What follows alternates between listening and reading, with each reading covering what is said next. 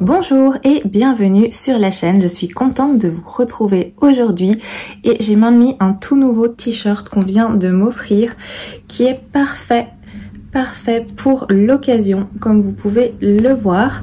Donc tout est bien prêt pour entamer cette nouvelle vidéo où je vais vous présenter mes lectures de la semaine. Il y a pas mal de choses à voir parce que j'ai bien pu avancer. Voici en gros le tas que nous allons passer en revue. Donc commençons tout de suite. Je vais commencer par les mangas et je vais d'abord vous parler d'un manga que j'ai déjà rendu à la bibliothèque. C'était un emprunt qui s'appelle Happy. C'est aux éditions Panini. Je vous mets la petite photo ici à gauche ou à droite comme d'habitude et j'ai lu le premier et le second tome de ce petit manga. Alors je connaissais pas du tout, je suis tombée dessus tout à fait par hasard et j'ai eu envie de le découvrir, donc j'ai pris le 1 et le 2 pour me faire une petite idée. Alors dans cette histoire on va suivre une jeune fille qui en fait pour rembourser les dettes de son frère décide d'entamer une carrière de joueuse professionnelle de tennis. Ça c'est l'histoire en gros, mais il y a vraiment plein de choses dans ce petit manga, ça m'a beaucoup plu. C'est une histoire très sympa, évidemment ça parle du domaine du tennis, hein, ça c'est logique, mais moi n'étant pas une grande amatrice de tennis spécialement, j'ai malgré tout beaucoup apprécié cette histoire. Ça parle pas que de tennis, je vous rassure, ça parle de plein d'autres choses, donc je lirai la suite parce que j'ai beaucoup apprécié le premier et le second tome de cette série. Je sais pas combien il y en a exactement, je pense qu'à la bibliothèque il y en avait déjà un certain nombre, enfin je pense qu'il y avait au moins 5 tomes qui étaient là.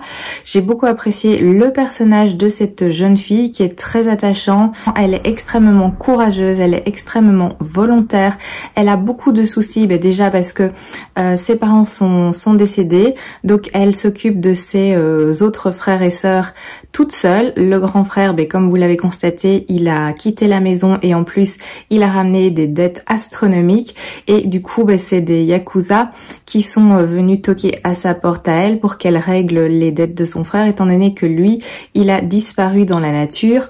Donc c'est une situation très compliquée.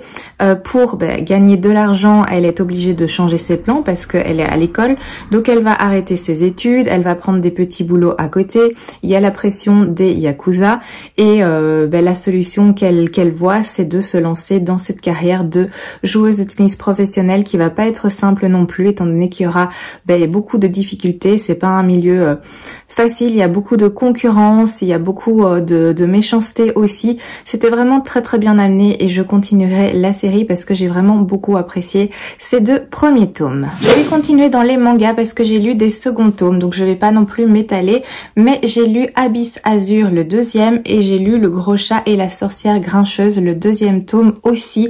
Le Chat et la Sorcière Grincheuse c'est chez Doki Doki et celui-ci c'est chez Dupuis. Je vous avais parlé récemment des premiers tomes de ces 2 mangas que j'avais bien apprécié. Ici on est dans une histoire de sirène, vous l'avez bien compris. Dans le premier tome on nous explique qu'il y a une sirène qui est l'amie de celle-ci qui s'appelle Jo, qui est tombée amoureuse d'un humain. C'est totalement interdit, il peut pas y avoir d'interaction entre les humains et les sirènes et du coup son amie s'est fait emprisonner et elle va demander l'aide de Jo parce qu'elle dépérit apparemment. Elle est amoureuse de cet humain et elle demande à Jo de l'aider, donc on va suivre un peu la suite de l'aventure. C'est vrai que le premier tome j'avais trouvé que c'était sympa mais c'était pas non plus fou, mais ça m'avait donné malgré tout envie de lire la suite et celui-ci, le second tome, je l'ai trouvé beaucoup plus intéressant parce que justement on va découvrir le personnage de cet homme dont la sirène est tombée amoureuse. On va un peu le découvrir et il y a aussi un autre personnage qui va arriver, un personnage très menaçant, donc j'ai beaucoup plus apprécié ce second tome et ça m'a donné vraiment envie de clairement continuer cette petite série. Celui-ci j'avais beaucoup apprécié le premier tome, donc c'était évident que j'allais acheter le tome 2. Je savais qu'il sortait en novembre. Je vois ici que c'est une série qui est terminée en 5 volumes, c'est mis à l'arrière, ça c'est super pratique par contre, j'avais encore jamais vu que certains notaient à l'arrière.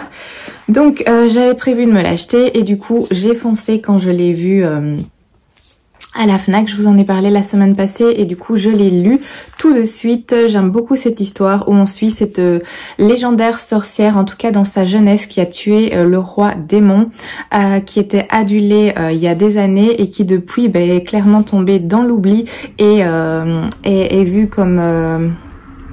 Enfin, pas comme une menace, mais elle a pas un très agréable statut. Les gens sont méchants avec elle. Ils la traitent de vieille sorcière. Elle vit isolée dans sa maison. Et un jour, elle a invoqué une créature pour lui tenir compagnie. Et elle s'attendait à une créature, genre un dragon, un phénix, enfin quelque chose qui claque. Et en fait, elle a invoqué un énorme chat.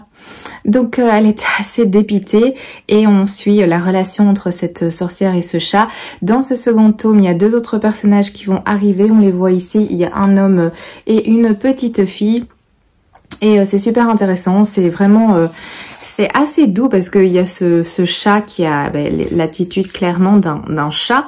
Donc j'apprécie beaucoup et je trouve que c'est assez intéressant avec l'arrivée de ces personnages aussi. Il y a pas mal de dangers malgré tout. Il y a le chat qui est...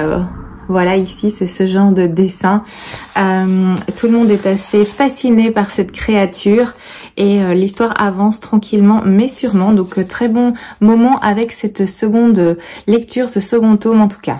Alors, j'ai également lu celui-ci qui est le tome 8 d'été meurtrier d'Oxford. C'est donc Advienne que mourra.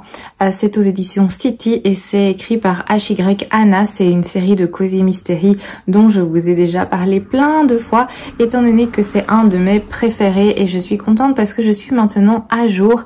Il me restait encore celui-ci à lire pour être à jour actuellement, donc je suis très contente. Ce sont des livres qui se lisent extrêmement vite. Moi, je l'ai lu en une soirée.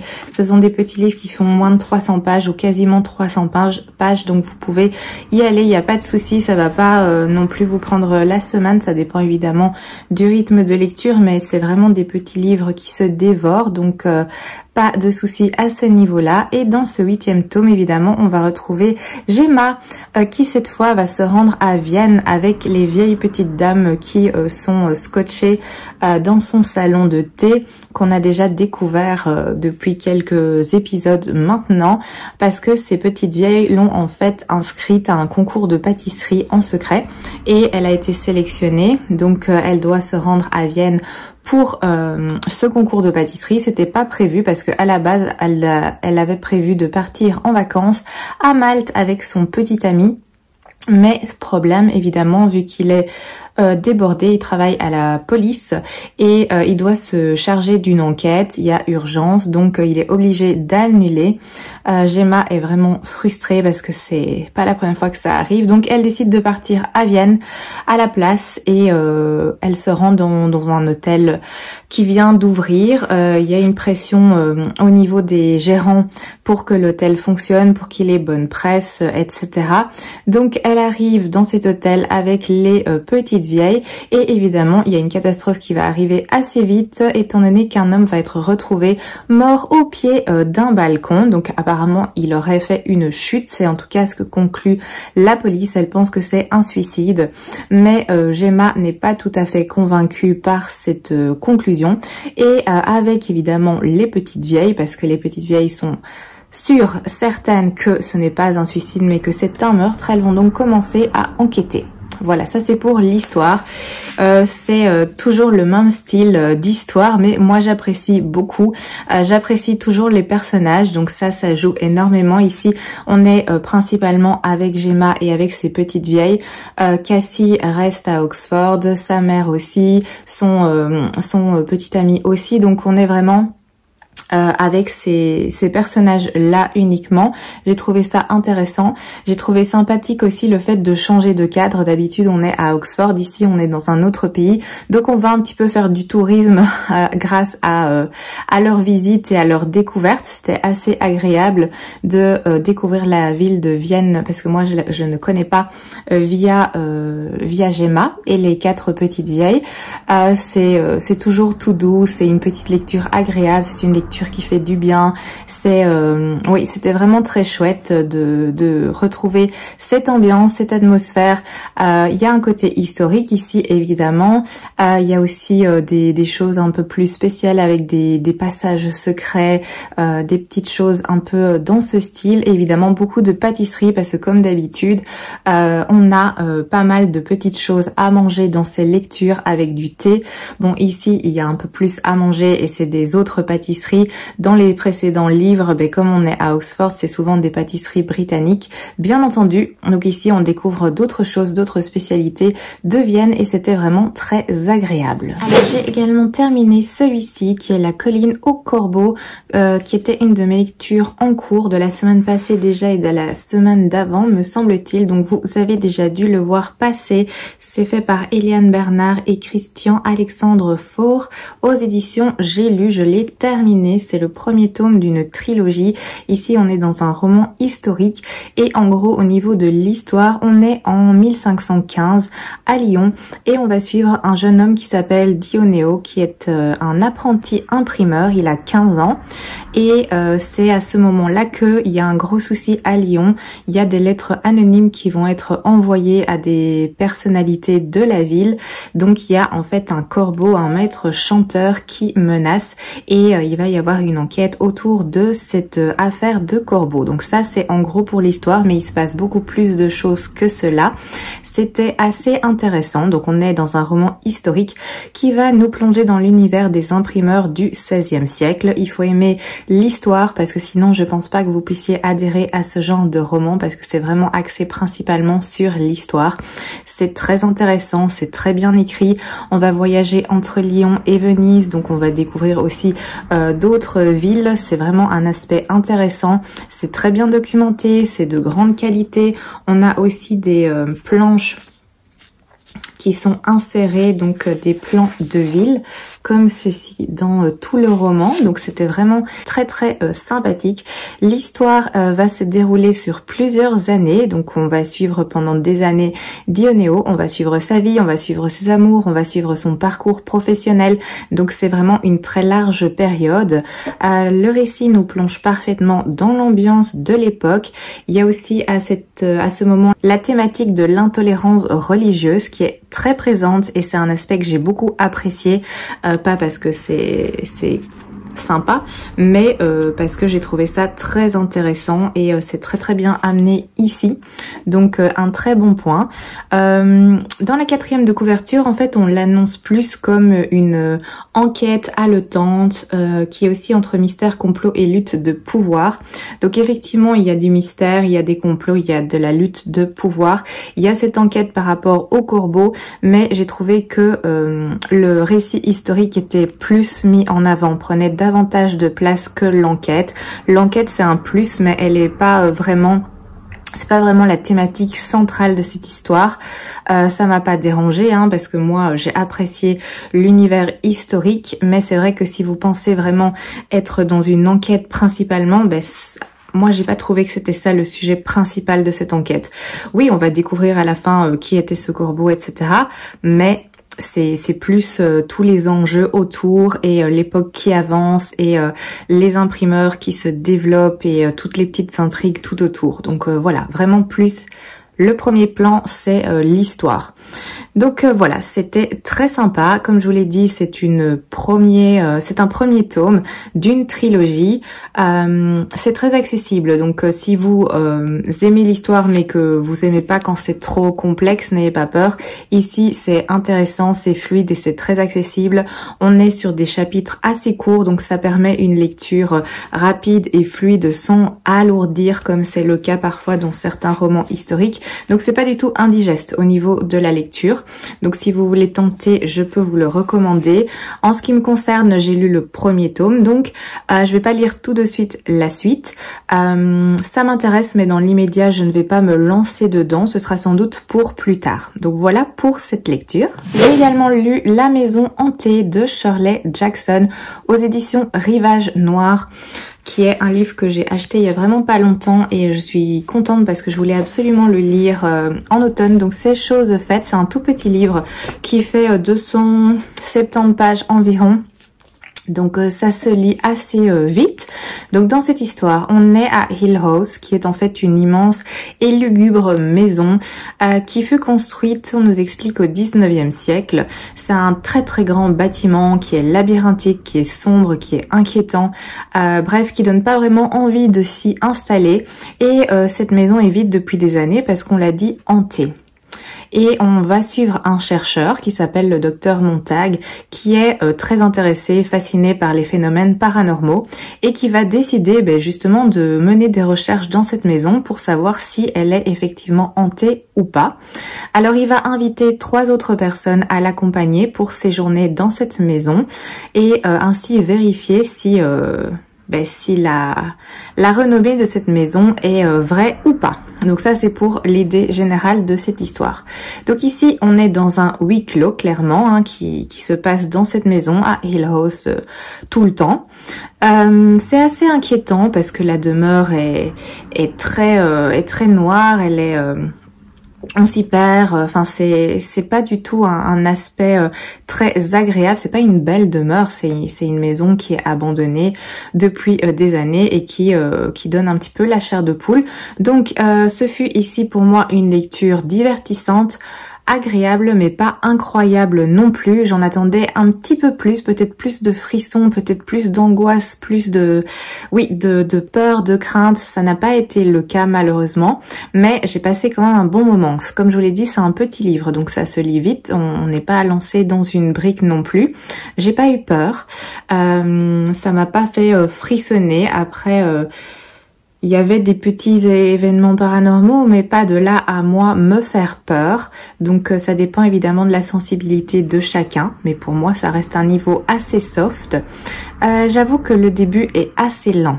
Il se passe vraiment pas grand chose. Les invités du docteur vont arriver et se rencontrer et on va tourner autour de ça, autour des discussions entre ces personnages. On a 2 femmes qui arrivent, on a également un homme qui arrive et on a le docteur. Donc on a 4 personnages qui sont là et on suit leurs échanges, leurs pensées, etc. Donc c'est vrai que le début est un peu lent parce que moi quand je lis le texte, enfin le titre, quand je lis le titre Maison hantée, je m'attends à quelque chose qui démarre au quart de tour dès le départ et c'est pas le cas ici. C'est vraiment dans la seconde partie qu'il va commencer à y avoir des choses. Parmi les invités de ce docteur, je vous ai dit, il y a 2 femmes et ce sont des femmes que le docteur a invitées parce qu'apparemment elles présentent des pouvoirs paranormaux. Donc c'est pour leur sensibilité qu'il les a invitées afin de voir si elles vont avoir une certaine sensibilité par rapport à la maison. Donc voilà, c'est assez spécial. Dans la seconde partie, là, les scènes des phénomènes paranormaux vont arriver, vont se produire dans la maison. Donc là, on entre un petit peu plus dans le sujet de la maison hantée. On va passer beaucoup de temps avec une de ces femmes qui s'appelle Eleanor. On va la suivre du début jusqu'à la fin. C'est plus en fait une histoire axée sur ce personnage à mon sens que sur la maison. On nous apprend que c'est une jeune femme qui est finalement très instable et la maison va dans un sens révéler tous ses problèmes psychologiques et accentuer ses problèmes psychologiques. Donc pour moi, j'ai trouvé que c'était quand même une lecture plus psychologique que horrifique. Alors oui, on est dans une ambiance horrifique, mais c'est vraiment axé sur la psychologie, l'histoire, le passé, tous les traumas du personnage d'Eleanor. Donc voilà, c'était pas une mauvaise lecture, mais c'est pas non plus ce que j'attendais spécialement, mais j'ai quand même trouvé ça très intéressant. J'ai ensuite terminé celui-ci, un Kate Morton qui est Les Heures Lointaines aux éditions J'ai lu. Ça c'était ma lecture audio, je vous en avais parlé, c'est aussi une énorme brique et comme j'avais bien apprécié ma première lecture de Kate Morton dont je vous ai parlé il y a quelques semaines, j'avais envie de découvrir le second qui était dans ma palle et je trouve que la couverture est vraiment magnifique. J'aime bien ce design, ce style, parce que l'autre couverture avait aussi le même genre avec des autres couleurs, mais je trouve que c'est vraiment très joli. Il y a plein de petits éléments, c'est très floral, c'est sombre parce que il y a un gros nuage au-dessus de la maison et du domaine et on comprend en lisant l'histoire également.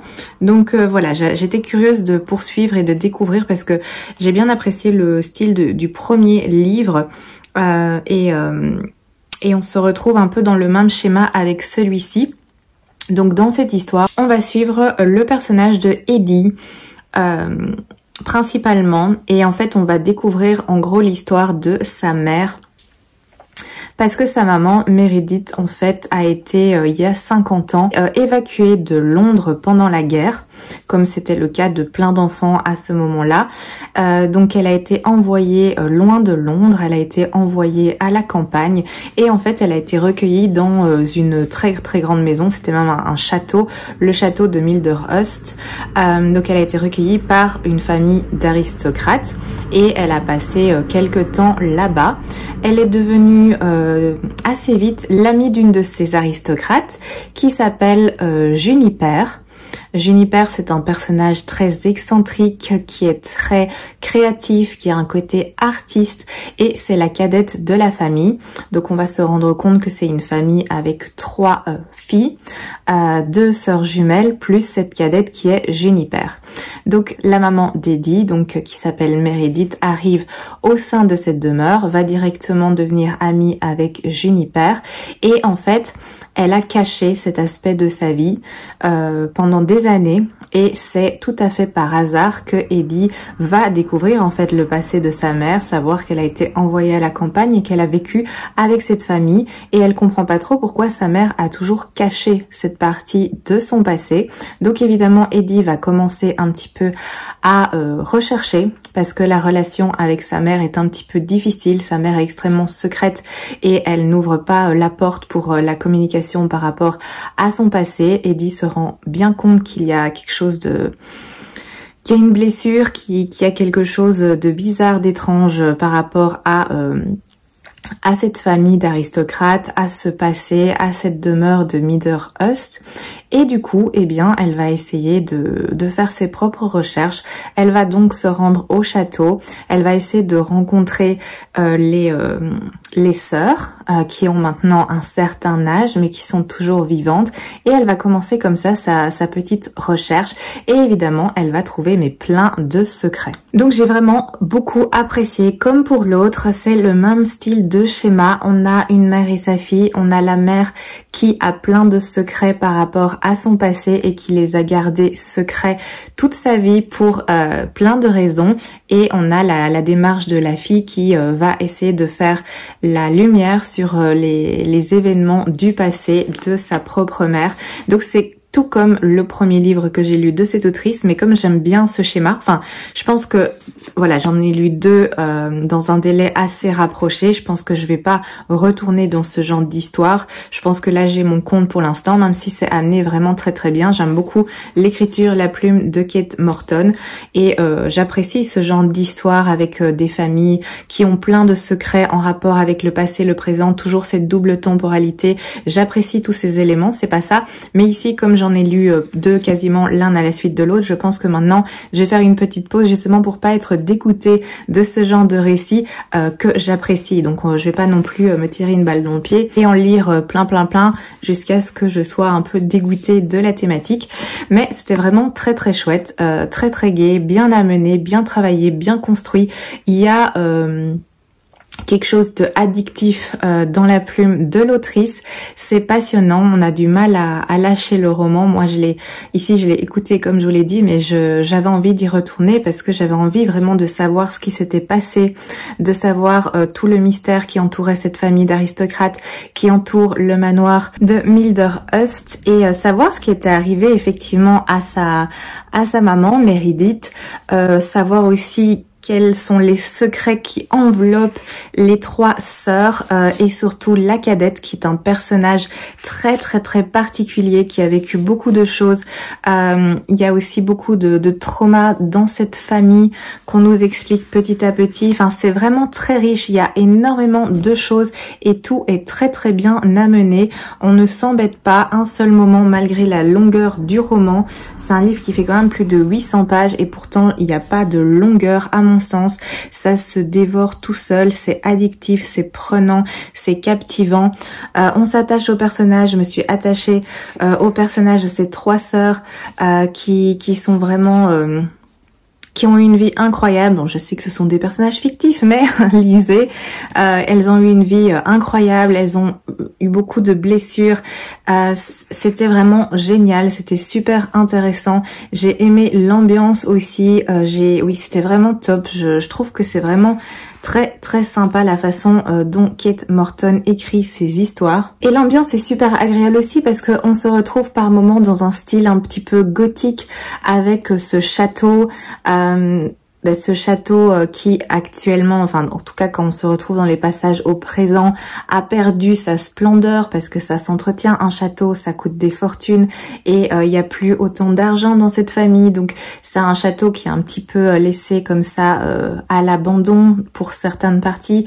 Donc c'est une atmosphère assez pesante qui arrive de temps en temps. C'était vraiment très chouette. Et comme pour l'autre, il y a plein de retournements de situation, des surprises. À la fin, il y a de nouveau cet énorme rebondissement parce qu'on nous lance sur une certaine piste et au final, c'est autre chose. Donc, j'apprécie énormément le fait d'un petit peu nous indiquer une solution qui n'est pas la bonne et avoir un grand dénouement final. C'était vraiment top. Donc, je vous recommande vraiment, si vous aimez ce genre d'histoire, de secrets de famille, mais vraiment très bien travaillé, avec plein d'éléments, des personnages qui sont très bien travaillés, qui sont intéressants, qui sont bien construits. N'hésitez pas, vous pouvez lire du Kate Morton. En tout cas, moi, j'en ai lu que 2. Alors, bien sûr, je suis pas une spécialiste de cette autrice, vu que j'en ai lu que 2, mais les 2, je les ai vraiment appréciés. Donc, pourquoi pas tenter et voir si ça vous plaît aussi. J'ai également terminé celui-ci qui est le Wonderling de Mira Bartók. C'est une édition France Loisirs que j'ai, qui est très jolie. Je vous l'avais déjà montré parce que c'est une de mes lectures en cours depuis un petit moment aussi. Donc là, j'avais envie de le terminer. C'est un livre qui fait plus de 500 pages, mais qui est quand même assez aéré, qui a des petites illustrations de temps en temps. Voilà, comme ceci. Qui est vraiment très joli. Il y a des jolies en-têtes de chapitres comme ça. C'est un livre qui est en 4 parties et qui est super agréable. Il faisait partie de ma palle d'automne. Voilà, ça c'est les parties illustrées comme ceci avec des petits dessins en noir et blanc. Donc c'était vraiment une lecture très agréable, parfaite pour l'automne. Donc si vous avez envie, pourquoi pas, ça pourrait convenir. Donc ça se lit très bien. C'est juste que comme j'avais d'autres lectures que j'avais envie de terminer avant celui-ci, elles sont passées avant, mais cette semaine je me suis dit allez, je le clôture pour avoir la suite et la fin de cette histoire et je suis ravie d'avoir pu le lire. Donc ici en fait on va suivre un petit renard qui vit dans un foyer. Donc c'est un renard qui est orphelin, il n'a pas de famille et on l'a envoyé dans un foyer qui en fait est une prison. En gros c'est un endroit horrible où on envoie toutes les créatures qui sont dites ingérables.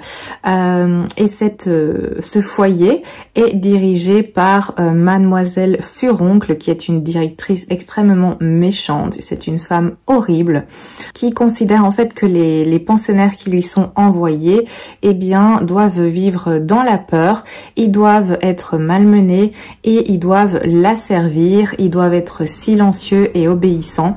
Donc la règle, c'est ça. Et évidemment, la vie n'est pas toute rose dans ce foyer, comme ils disent, même si ça s'apparente pas vraiment à un foyer. Il y a vraiment un climat de peur qui est instauré parce que ils sont menés à la baguette, ils peuvent pas s'amuser, ils peuvent pas chanter, ils peuvent pas, surtout pas, faire de la musique. Ça, c'est complètement interdit parce que Mademoiselle Furoncle défend vraiment de faire ce genre d'activité. Donc, c'est vraiment une vie horrible que ces pensionnaires ont.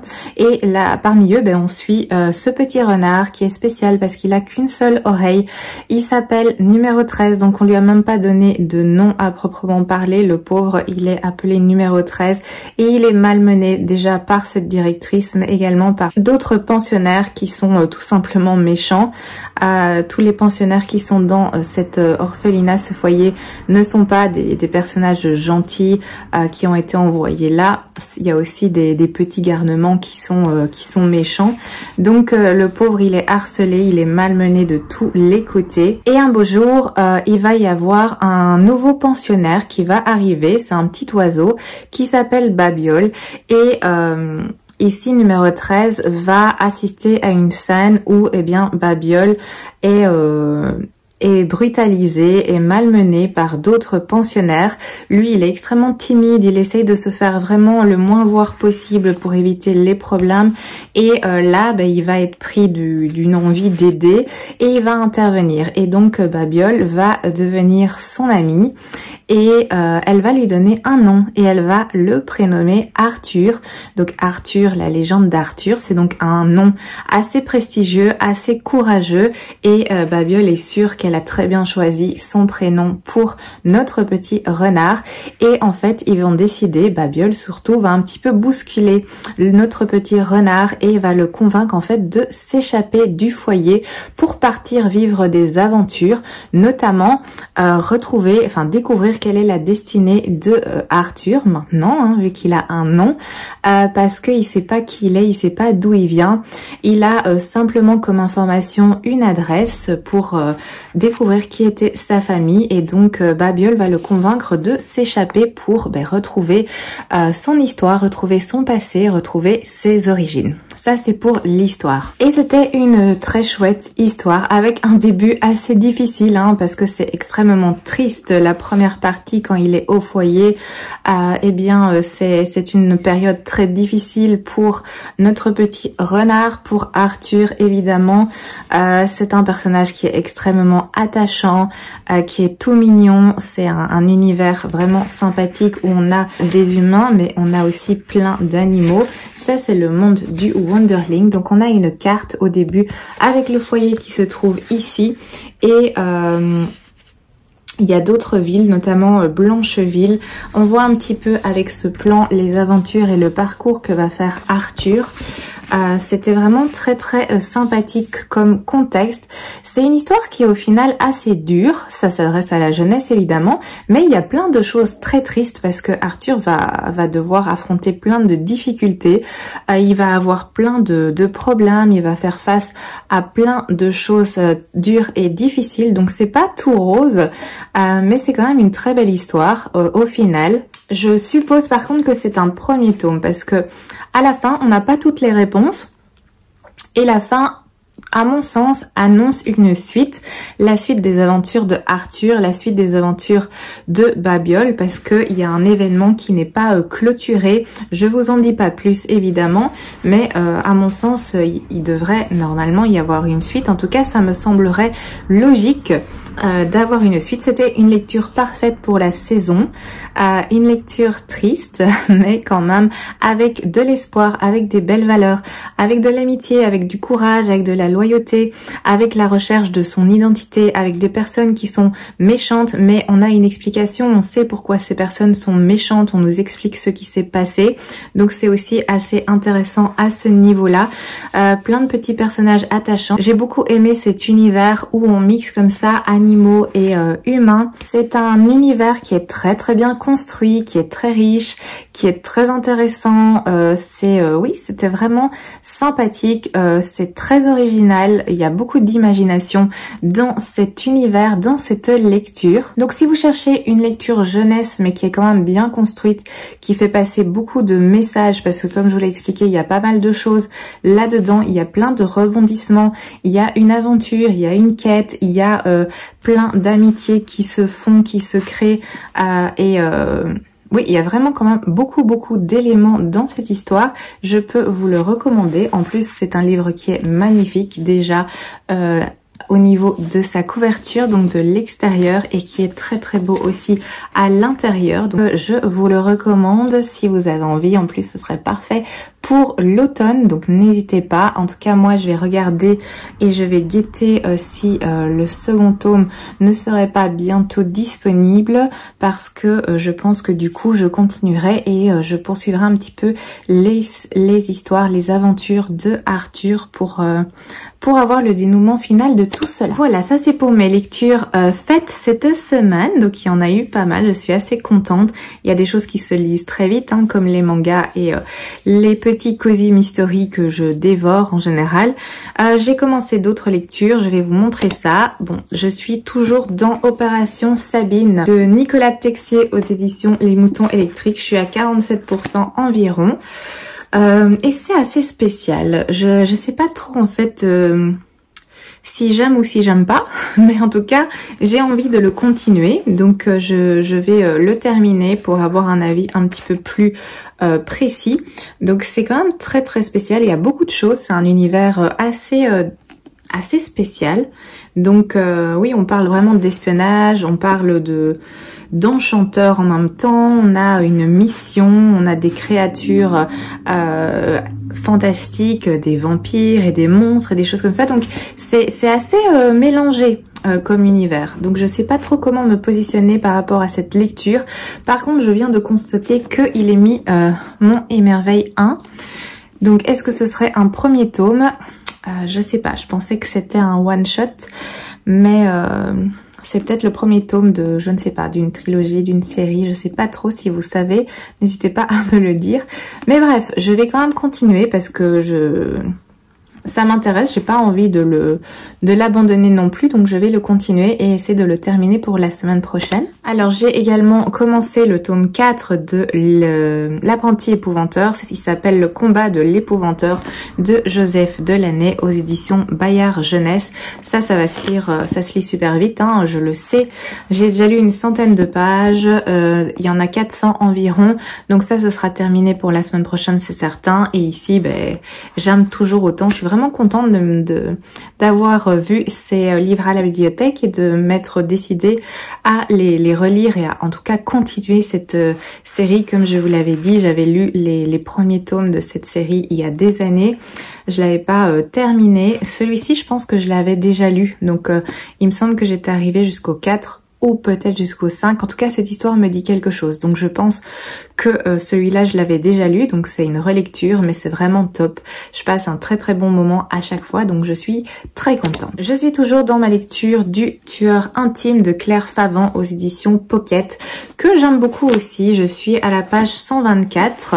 Et comme je vous l'ai expliqué la semaine passée, c'est assez intéressant parce qu'ici, on suit le tueur. On suit le point de vue du tueur, ses réflexions, sa psychologie, ses plans machiavéliques. Donc c'est assez sympa dans le sens où la démarche est amenée de façon différente et je trouve ça assez intéressant de voir cet aspect-là, d'être dans la tête du tueur. C'est un gros livre aussi, je vais un petit peu l'avancer, mettre l'accent sur celui-là pour l'avancer un petit peu plus, surtout que je pense qu'il y a une suite. Il y a Le Tueur intime et puis je crois qu'il y a un second tome qui est lié à celui-là. Donc si j'aime bien, ben du coup allez me chercher la suite. Si je dis pas de bêtises, si je dis une bêtise, n'hésitez pas à me le dire dans les commentaires, mais il me semble que il y a une seconde partie quelque part. Donc j'aimerais bien le terminer pour pouvoir si j'ai beaucoup aimé, continuer. Je suis toujours évidemment dans l'Empire du Vampire. Je lis vite, je lis beaucoup. Mais quand même, faut pas pousser Bobonne dans les orties non plus, hein. Je suis ici au chapitre 6, page 86. C'est une brique qui en fait 900. Donc voilà, j'avance un petit peu plus lentement, mais c'est pour la même raison, en fait, je voulais terminer d'autres livres pour aujourd'hui, pour pouvoir vous en parler. Je voulais terminer le Wonderling, donc il me restait la moitié du Wonderling à lire, donc j'ai mis celui-là en avant. Je voulais aussi absolument lire La Maison Hantée et je voulais terminer La Colline au Corbeau aussi. Donc voilà, j'ai mis la priorité sur ces lectures-là et du coup les lectures qui étaient déjà en cours, notamment l'Empire du Vampire, j'ai un peu mis de côté, mais j'aime vraiment beaucoup et je vais le continuer, ça c'est certain, et je pense que ça va être une très bonne lecture au vu de ce que j'ai déjà lu, donc je suis ravie. Et enfin, j'ai commencé aussi La Cour des Ténèbres de Victor Dixon aux éditions ici Rajo. C'est la série Vampiria dont j'entends énormément parler. Je me suis décidée à lire le premier tome de cette première trilogie, si j'ai bien compris, parce que je me suis aussi acheté le second tome dernièrement. Donc comme ça je pourrais enchaîner 1 et 2. Pour l'instant j'ai lu les 2 premiers chapitres, je suis à la page 43. Je crois que ça va se lire assez vite parce que c'est aéré au niveau de l'écriture. Le livre fait quand même 400 pages je crois. Même plus, 500 pages, mais je pense que ça va quand même être assez fluide et pour l'instant j'aime vraiment beaucoup le début. Donc on est aussi dans une histoire de vampire, donc je sais pas, j'ai un truc là, je lis déjà l'Empire du vampire et maintenant je lis celui-ci qui est autour des vampires également. J'espère juste que je vais pas un petit peu m'emmêler les pinceaux entre les deux, mais je pense que ça ira. Donc je suis très curieuse de le découvrir et j'en attends beaucoup parce que j'en ai entendu vraiment énormément de bonnes choses. J'espère que je ne serai pas déçue à ce niveau-là. Alors, je suis retournée à la bibliothèque rendre certains livres que j'avais terminés, notamment les Happy et le tome 3 de l'Épouvanteur et encore l'une ou l'autre chose, je ne me rappelle plus bien. Et voilà, comme c'était un jour où j'avais pas le moral, je me suis dit que j'allais emprunter d'autres livres, même si j'ai encore une belle pile d'emprunts à la bibliothèque qui m'attend.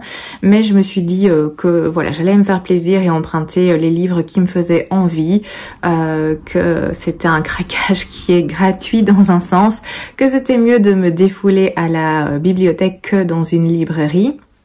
Donc j'ai ramené plein de choses. Je me suis dit que si je les lisais pas dans le délai imparti, ben je prolongerais l'emprunt et si pas possible de prolonger, c'est pas grave, je les remettrai et je les emprunterai à un autre moment.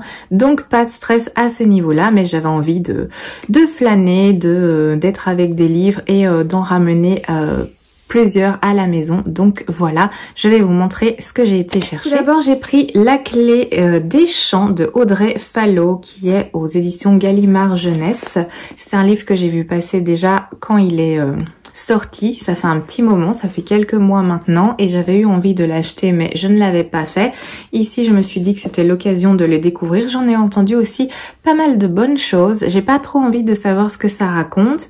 À l'arrière il y a juste la phrase règle d'or, ne jamais voler un voleur. Donc ça, enfin il y a déjà une pie, il y a des petites pierres précieuses, des clés, etc. Donc sans doute qu'il y aura un aspect voleur évidemment dans cette histoire, mais j'en sais pas plus, je ne veux pas savoir. Donc je l'ai pris, c'est un jeunesse, je pense que ça se lira vite. Je me suis dit voilà, ça ne mange pas de pain. J'ai aussi pris La lectrice, qui est une trilogie de Tracy Shih aux éditions Rajo.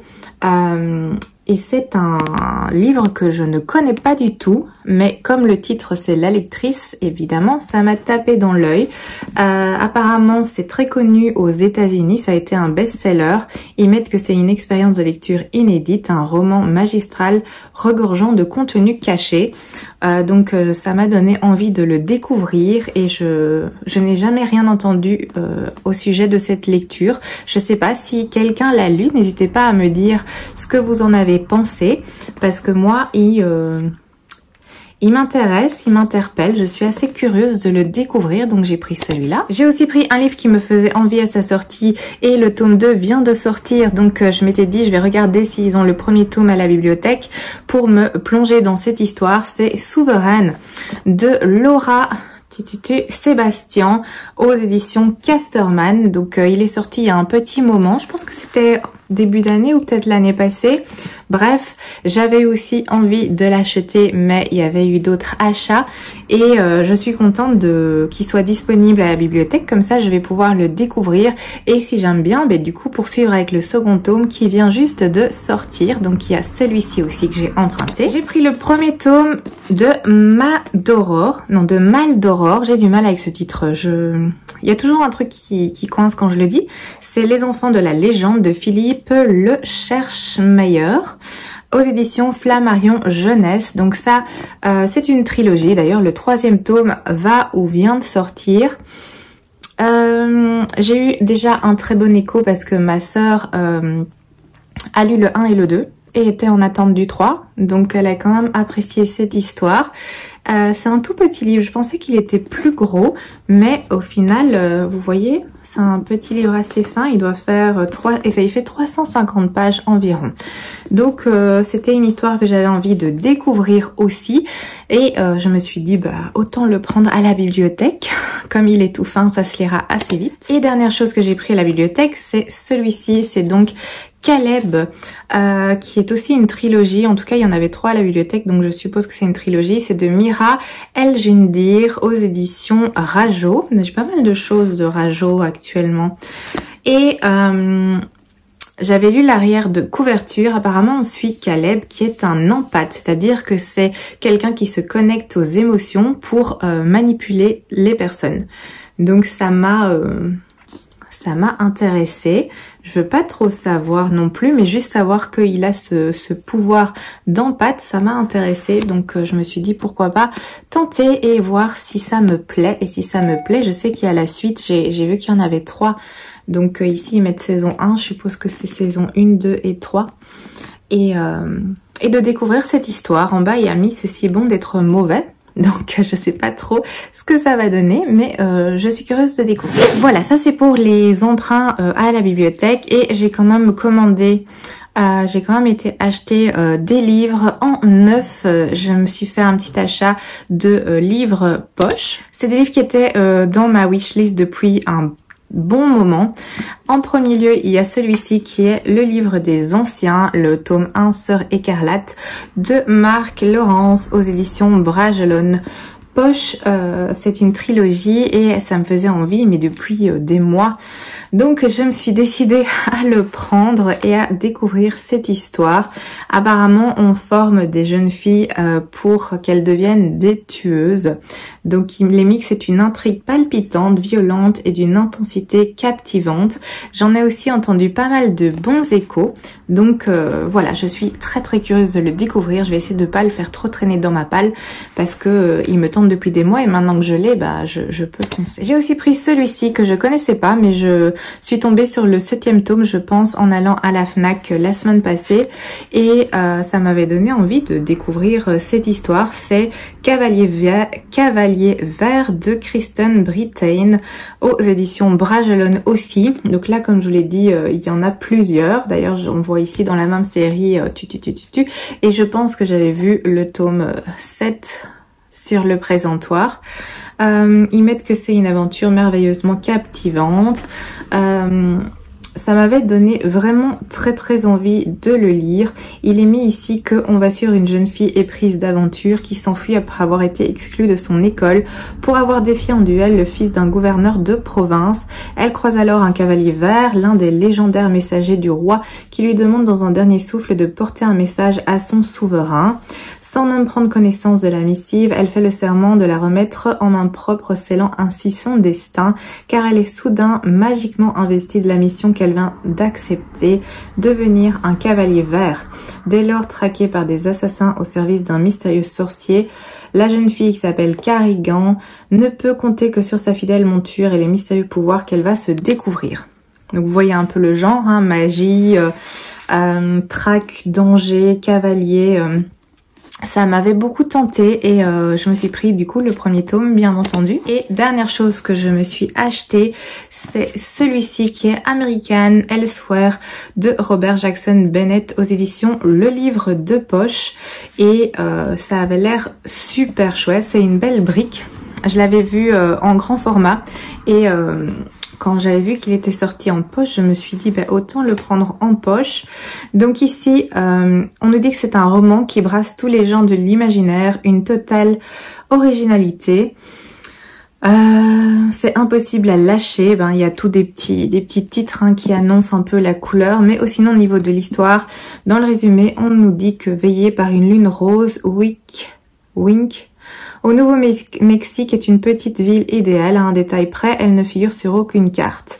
Après 2 ans d'errance, Mona, ex-flic, vient d'y hériter de la maison de sa mère qui s'est suicidée 30 ans plus tôt. Très vite, Mona s'attache au calme des rues, aux jolis pavillons, aux habitants qui semblent encore vivre dans l'utopique douceur des années 50.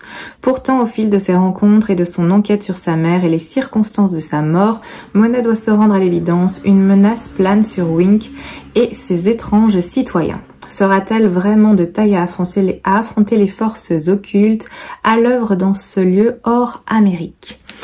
Donc je pense qu'il y a une petite ambiance un petit peu frissonnante, un petit peu flippante. Et j'étais très curieuse de le découvrir, donc j'espère aussi qu'il va pas trop traîner dans ma palle parce qu'il me fait super envie également. Bon, c'est comme tous les livres que j'ai dans ma palle, c'est ça le problème. Si je les achète, c'est parce qu'ils me font envie. Mais après, c'est souvent des briques, c'est jamais des petits livres de une centaine de pages, hein, malheureusement. Enfin non, pas malheureusement, parce que moi j'adore les pavés. Donc, mais du coup, tout ça me fait très envie aussi, et j'en ai déjà plein dans ma palle qui déborde absolument. Mais bon, c'est pas grave, moi ça me fait du bien, ça apaise mon petit cœur de me dire que j'ai encore des heures et des années de lecture qui m'attendent. Donc voilà. On a fait le tour de tout ce que j'avais à vous dire pour aujourd'hui. Je vous remercie bien entendu d'avoir regardé la vidéo, d'être resté jusqu'ici. J'espère que vous avez aimé cette vidéo. Comme d'habitude, n'hésitez pas à me laisser vos petits commentaires, qu'on puisse parler lecture, les vôtres, celles que je vous ai présentées, d'autres, peu importe, n'hésitez pas à m'en parler. C'est un peu le but aussi de cette chaîne, d'échanger au niveau de la lecture. Donc je vous remercie pour votre présence, je vous remercie d'être là et je vous souhaite un excellent dimanche. Prenez soin de vous et à très bientôt.